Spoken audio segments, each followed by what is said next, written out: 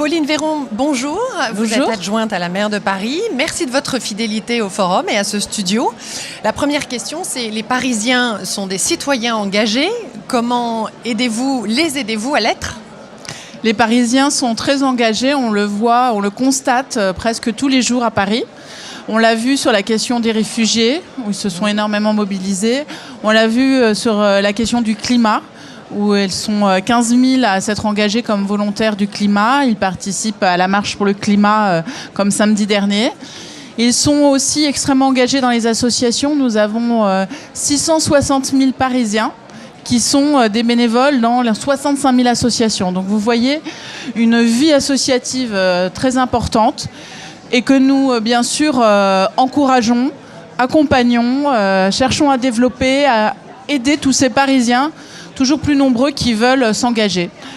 Par exemple, avec la création d'une plateforme numérique qui s'appelle jemengage.paris, grâce à laquelle 26 000 Parisiens ont pu réaliser des missions de bénévolat, de s'engager auprès d'associations qui ont fait savoir qu'elles cherchaient des bénévoles. Vous avez également initié la carte citoyenne. Est-ce que vous pouvez nous en expliquer le concept et aussi nous donner des chiffres de détenteurs en dehors de ceux qui l'ont, des enfants qui l'ont automatiquement quand ils sont scolarisés dans le public ? Nous avons aujourd'hui 200 000 Parisiens qui ont la carte de citoyen, dont plus de la moitié ne sont pas des enfants, donc des personnes qui ont fait la démarche de demander cette carte citoyenne, qui est née au lendemain des attentats de Paris, où nous avons ressenti, la maire de Paris, Anne Hidalgo, a reçu énormément de messages de Parisiens qui voulaient savoir comment faire pour s'investir dans le collectif, faire partie de cette étape nécessaire après les attentats, d'une certaine résilience, d'une certaine envie de construire du collectif, d'être dans l'intérêt général, d'être dans la solidarité, d'être ensemble pour la ville.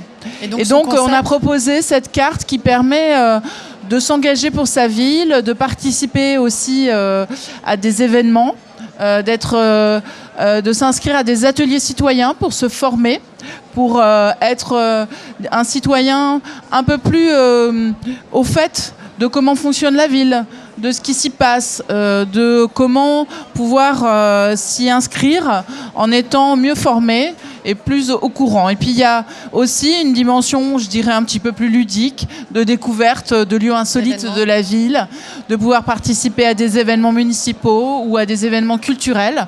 Donc c'est, je dirais, une carte multithématique qui a une dimension à la fois de cohésion sociale, de vivre ensemble. On prend cette carte parce qu'on adhère aux valeurs de Paris, qui sont des valeurs de vivre ensemble, d'inclusion. C'est une ville qui a toujours accueilli énormément de monde, que ce soit de l'étranger ou de toute la France. Et on y vit et on y est bien aussi parce qu'on y partage des valeurs. Donc à travers cette carte, il y a cette valeur de l'engagement, ces valeurs de solidarité, d'être ensemble, de surmonter aussi parfois certaines difficultés. Et donc on la prend et puis ensuite on participe à des événements collectivement. L'autre outil que vous avez mis en place, c'est le budget participatif. Est-ce que vous pouvez nous donner quelques chiffres ? Combien de projets financés ? Le budget participatif, c'est quelque chose de très nouveau dans la participation citoyenne, parce que ce n'est pas seulement prendre l'avis des habitants sur des projets municipaux, c'est proposer aux habitants d'être eux-mêmes force de proposition de projets pour leur ville. Donc on renverse un petit peu le rapport avec les habitants. C'est eux qui proposent des projets. Donc aujourd'hui, au bout de 5 années, on a déjà plus de 1400 réalisations qui ont été permises grâce au vote des Parisiens. Donc ils proposent des projets.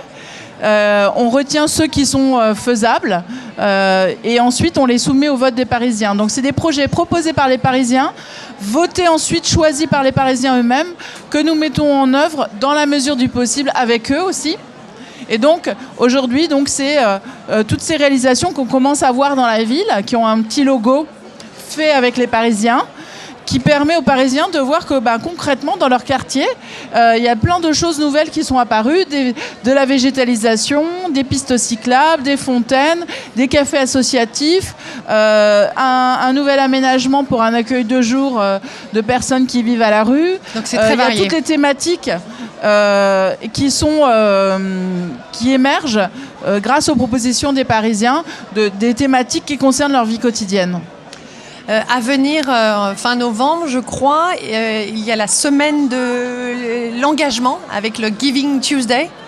Tout à fait, nous avons décidé avec Anne Hidalgo de créer cette semaine de l'engagement à Paris pour valoriser l'engagement des Parisiens, que tout le monde puisse voir à quel point c'est important pour une ville d'avoir des citoyens engagés, notamment dans la vie associative, dans les associations, parce qu'elles participent pleinement à la vie de la ville, au quotidien des Parisiens. Qu'est-ce qui va se passer pendant cette semaine-là ? Et donc pendant cette semaine, on va organiser plusieurs événements. Donc il y a le Giving Tuesday avec des événements ce mardi clôturer pour ouvrir plutôt cette semaine de l'engagement, le 27 novembre.